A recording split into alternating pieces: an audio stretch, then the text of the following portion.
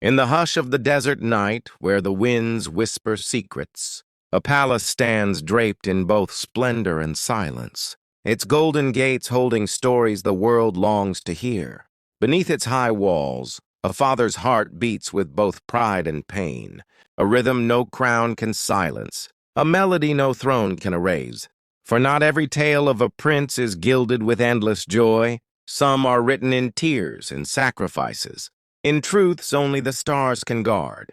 Sheikh Hamdan, known to the world as Fazza, the poet of the sands, the rider of wild stallions, the beloved son of Dubai, stood once more at the threshold of destiny, his hands trembling not with fear but with the weight of love, the kind of love that can move mountains and defy kingdoms. And on this night he reached out, not for power, not for gold, but for the tiny hands of his twin children, Rashid and Sheikha, the two stars of his universe. The world looked on and whispered, why did he take them back? But the answer was not carved in stone nor written on scrolls of law. The answer was woven in the fabric of his heart. In the sleepless nights when he walked alone under the moon, in the ache of watching them drift where his arms could not reach. For a father's love is not divided by crowns. It is not measured by distance. It is not weakened by palace politics or silken rumors. It is whole, it is burning, it is eternal. They say the palace had grown heavy with whispers, with questions unasked, with walls that echoed not with laughter, but with silence. The children, though wrapped in luxury, yearned for the warmth of their father's voice, the poetry he would sing at dawn, the strength of his arms when storms rose in the desert. And Fazza, watching from afar, knew that love cannot be replaced by golden toys or endless jewels. The soul of a child blooms only where it feels safe, where it feels cherished, where it feels home. And so, with both tears and truth as his companions, he took his children back. Not as a king claiming possession, but as a father reclaiming love. Each step he took echoed in the marble halls of memory. Each breath he drew was a prayer to the Almighty that his children may grow not just as heirs to a throne, but as souls nurtured in kindness, faith, and freedom. The desert winds carried his resolve.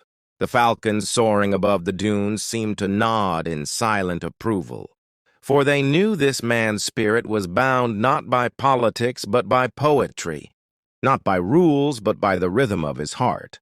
His children's laughter, once dimmed by distance, now returned like dawn breaking after a long night, filling the palace with echoes more precious than any royal decree.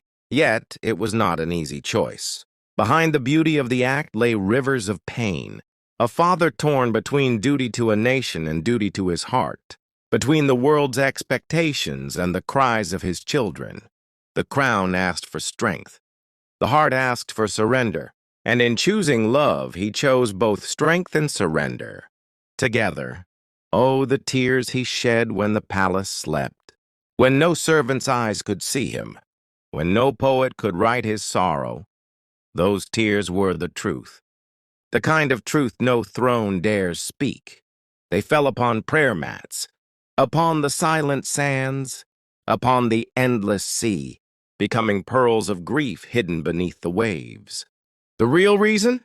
It was not scandal, it was not power, it was not betrayal. It was something simpler, purer, harder to explain. The unshakable bond of a father and his children. The kind of bond prophets spoke of. The kind of bond even the angels guard with reverence. So when people asked, why did Sheikh Hamdan take them back? The answer was not found in gossip nor in palace politics. The answer lived in the sight of two small children smiling, again in their father's embrace. The answer lived in the way his poetry once more sang of light instead of shadows. The answer lived in his eyes, eyes that had once wept in silence but now shone with purpose. And the truth? It is this: he chose love above all. He chose to be not just a crowned prince, not just a leader, but a father first. And in that choice lies the noblest of victories. For what kingdom is greater than the hearts of one's own children? What crown is brighter than the love in their eyes? What legacy is stronger than the bond between blood and soul?